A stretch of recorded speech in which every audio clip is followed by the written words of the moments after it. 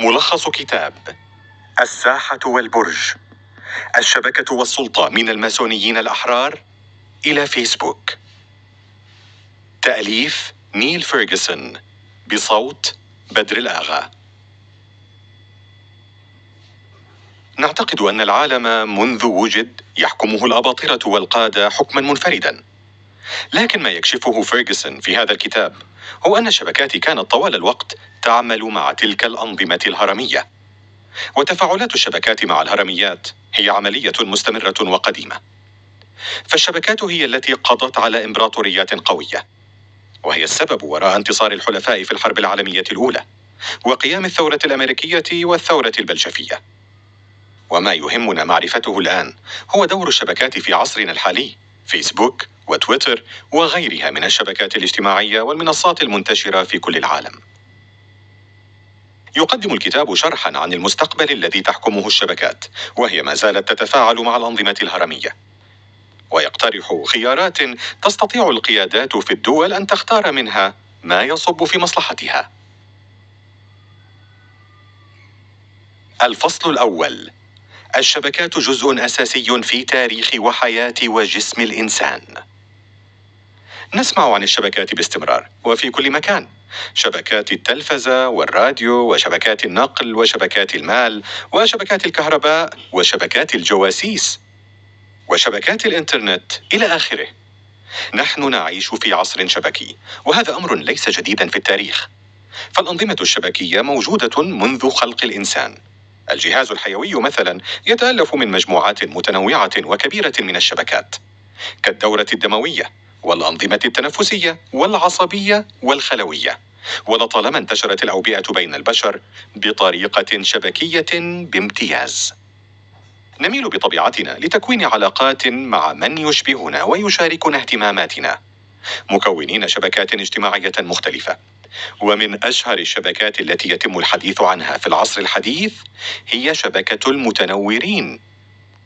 هذه الشبكة التي اتهمت بأنها وراء الثورة الفرنسية، إلا أن التحقيقات بيّنت فيما بعد أن شبكة فلاسفة وكتاب تمتد عبر أوروبا هي من أشعل الثورة. والمهم أن شبكة ما هي وراء تغيير الوضع السياسي في البلاد. أما التنظيمات الهرمية فقد ظهرت مع القبائل والعشائر المبنية على الروابط والشبكات العائلية، وبعدها نشأت البنى المؤسسية وتطورت حتى أصبحت أنظمة تراتبية هرمية تتبع نظاما طبقيا رأسيا يكون الحاكم على قمته. الفصل الثاني: سيطرة الأنظمة الهرمية في العالم القديم، وقيام الشبكات المختلفة بلعب دور هام كذلك. نشأت الأنظمة التراتبية الهرمية منذ القدم، وكان تأثيرها أقوى من الشبكات. ورغم ذلك ففي عصر الإمبراطورية الرومانية الهرمية تفاعلت شبكات المسيحية والهجرات والأوبئة مع تلك القوى، مما أدى إلى تقويض الإمبراطورية. جاءت بعدها ممالك متفرقة وإقطاعيات ونظام كنسي بابوي تنطوي كلها تحت النظام الهرمي. وفي القرون الوسطى انتشر الطاعون، إلا أن انتشاره في آسيا كان أبطأ منه في أوروبا، ويعود السبب في ذلك إلى أن الشبكات في الشرق أكثر انعزالا وضعفا. في عصر النهضة ظهرت التنظيمات الشبكية الفاعلة، كالصيارفة والملاحين والمستكشفين الذين شكلوا شبكات اجتماعية خاصة في أوروبا.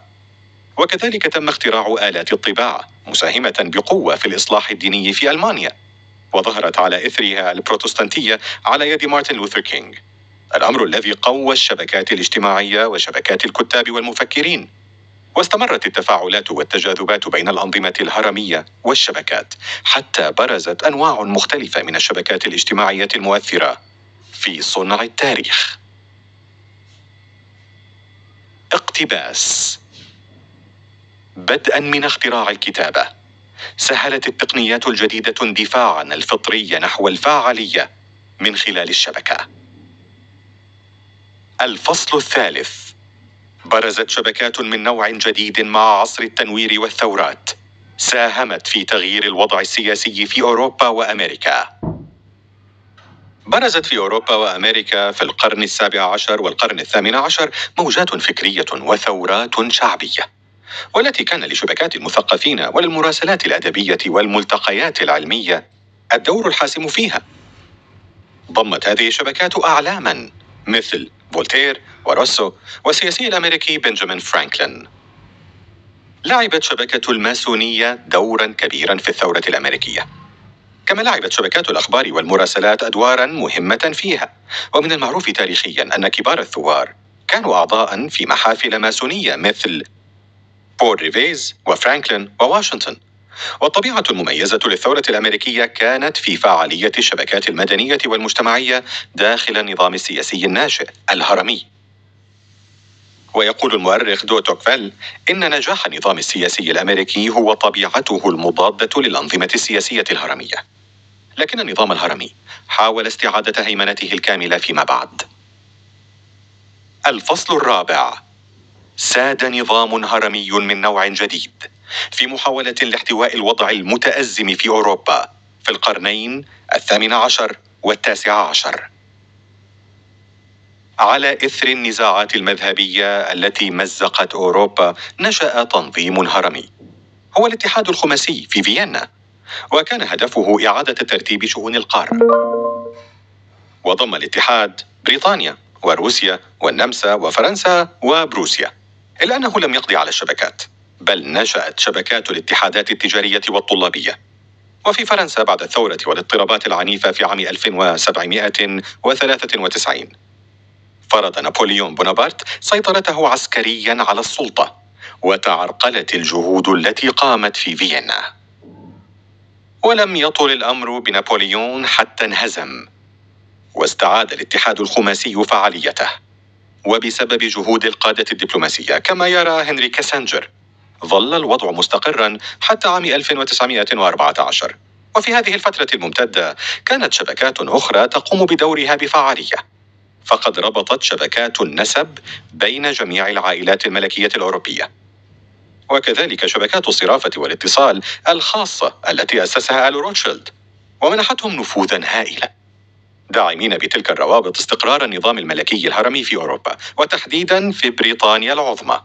وعملت الشبكات تحت هذا النظام خاصة أثناء الاستعمار البريطاني. الفصل الخامس: أدت شبكات النقل والاتصال والاستثمار دورا هاما في عصر الاستعمار الأوروبي للعالم. الدور الحاسم في الاستعمار البريطاني يعزى لشبكات النقل والاتصال، فبريطانيا العظمى لم تتوسع في إمبراطوريتها التي لا تغيب عنها الشمس بالاعتماد على التسلسل الهرمي فقط، بل على شبكات الوكلاء المحليين وشبكات موظفيها والمستثمرين سواء في الهند أم في جنوب أفريقيا. وما أدى لتغلب بريطانيا وحلفائها على أعدائهم في الحرب العالمية الأولى هو سيطرتها على المواد الخام وشبكات الاتصال والطرق الدولية البرية والبحرية، وامتلاكها شبكات تلغراف واسعة، الأمر الذي يؤكد عدم فعالية النظام الهرمي وحده دون دعم من الشبكات. لكن المفاجئ في موضوع الشبكات أنها يمكن أن تتحول إلى نظام هرمي كما سنرى. اقتباس: إحدى الطرق الحاسمة التي تودد بها آل روتشيلد للنخبة السياسية وتفوقوا بها على منافسيهم في الأعمال والبزنس هي امتلاكهم شبكة معلومات واتصالات استثنائية. الفصل السادس: في فترة الحربين العالميتين لعبت شبكات الدعاية الدور البارز في تغيير موازين القوى والأيديولوجيات. الشبكات لديها قدرة على نشر الأفكار كما تنتشر الأوبئة الفتاكة، فقد انتشرت الأفكار الاشتراكية في روسيا بسرعة كبيرة في بداية القرن العشرين، وساعدت ألمانيا لينين في العودة من منفاه في سويسرا لقيادة الثورة البلشفية، وأسقط الإمبراطورية الروسية وجلس على نظام هرمي يحكم ويعتقل ويقتل الملايين من الشعب. كما قام هتلر بتحطيم شبكات اليهود الفاعلين في الشركات الكبيرة والبنوك وأسواق الذهب من خلال تهجيرهم خارج ألمانيا والاستيلاء على ممتلكاتهم، كما حصل مع عائلة روتشيلد الشهيرة. وبعد الحرب العالمية الثانية بدأت الحرب الباردة بين الدول القوية، فقد كانت أسلحة الحرب عبارة عن شبكات لا جنود. الفصل السابع. كانت فترة الحرب الباردة عصر فعالية شبكات الدبلوماسية والتجسس بين أنظمة الدول الكبرى. بعد الحرب العالمية الثانية بدأت الحرب الباردة، ولم تكن أدوات الحرب فيها جنودا وأسلحة فتاكة، بل حرب شبكات الجواسيس. وبسبب توازن القوى النسبي للدول العظمى والخوف على المصالح التجارية، صعدت التجارة العالمية، ومن ثم ظهرت شبكة الإنترنت، والتي يعزى سبب ظهورها إلى تراجع النظام الهرمي الحاكم في تلك الدول. وفي هذه الحرب برز دبلوماسي فذ، وهو الذي وضع قواعد السياسات الأمريكية الخارجية، هنري كيسنجر، المستشار والاستراتيجي في البيت الأبيض. واعتمد نجاحه على شبكات علاقاته الممتدة عالميا، وإتقانه للغات ونظره البعيد. والشبكات المعدة بمهارة لا تستطيع فقط أن تجعل دولة ما أو شخصية ما ناجحة، لكنها قادرة على إفشال بنى هرمية كاملة. الفصل الثامن. مع القرن العشرين تأزمت الأنظمة الهرمية القديمة، وظهرت شبكات الاتصال الحديثة بديلا قويا. في العقد الأول من القرن الحادي والعشرين هاجمت شبكة القاعدة برجي التجارة في نيويورك في أحداث 11 من سبتمبر، وقامت الإدارة الأمريكية بإعدام صدام حسين، الأمر الذي خلق فوضى سياسية كبيرة في العراق، وترك الساحة لشبكة القاعدة وشبكة داعش كي تعملا بحرية وتنتشر أكثر.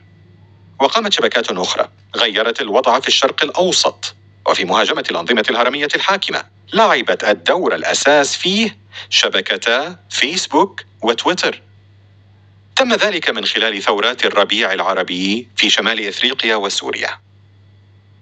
شبكات التواصل الاجتماعي مجانية، ولا تحدها منطقة جغرافية أو لغة. استخدمها ترامب بذكاء كي يصل إلى رئاسة أمريكا، عكس كلينتون التي قللت من شأنها وخسرت حملتها. وفي تصويت على خروج بريطانيا من الاتحاد الأوروبي كانت مؤسسات بريطانية تؤيد البقاء، لكن المعارضين أرسلوا مليارات الرسائل للمنتخبين المحتملين من خلال الإعلانات الممولة، فخرجت بريطانيا من الاتحاد. المواجهات بين النظام الشبكي والنظام الهرمي كبيرة. ما طبيعتها؟ وما هي الوسائل المتاحة للاختيار بينهما؟ الفصل التاسع. يقف مستقبل العالم بين الشبكات الاجتماعية العملاقة والأنظمة الهرمية السائدة، وصعوبة الاختيار بينهما. أهم شركات تكنولوجيا المعلومات تسيطر عليها أمريكا، من شبكات ومنصات اجتماعية ومواقع تسويق وأفلام. وعلى العالم الاختيار بين القبول بهذه المواقع والمنصات وتنظيمها أو منعها وابتكار ما ينافسها من تكنولوجيا. اختارت بريطانيا الحل الأول، بينما نافست الصين وأمريكا من خلال تطوير محرك البحث الصيني بايدو، والسوق الإلكتروني علي بابا، وتطبيقات المراسلات ويتشات. يسود المشهد العالمي اليوم نظام هرمي في مجلس الأمن يضم الدول الخمسة الكبرى: أمريكا، روسيا، الصين، فرنسا وبريطانيا. وهذا النظام يفضل مبنى البرج العالي الممتد رأسيا، ومع صعود الشبكات المختلفة آنفة الذكر التي يفضل نظامها الساحات الواسعة الممتدة أفقيا، يتبادر السؤال: ما مصير هذا التقابل بين الشبكات وبين النظام الهرمي السائد؟ هل تحررنا الشبكات الحالية من سلطة الدولة الإدارية؟ أم ستنجح الهرميات في احتوائها واستخدامها لشن الحروب؟ فقرة بارزة من الكتاب. هل من المحتمل أن يكرر عصرنا تجربة الفترة التي تلت عام 1500 عندما أطلقت ثورة الطباعة موجة ثورية وراء موجة ثورية؟ هل الشبكات الجديدة تحررنا من أغلال الدولة الإدارية، كما حررت الشبكات الثورية في القرن السادس عشر والسابع عشر والثامن عشر أسلافنا من أغلال الهرمية الروحية الدينية والزمنية؟ الخاتمة. الشبكات من مميزات البشر، وهي تتفاعل مع الأنظمة الهرمية باستمرار. والأنظمة الهرمية بدورها نشأت من خلال العائلة والعشيرة التي تحتاج أن يحكمها شخص واحد. كما في نظام الإمبراطوريات الذي لم يسلم من تفاعلات الشبكات كما حصل مع الإمبراطورية الرومانية.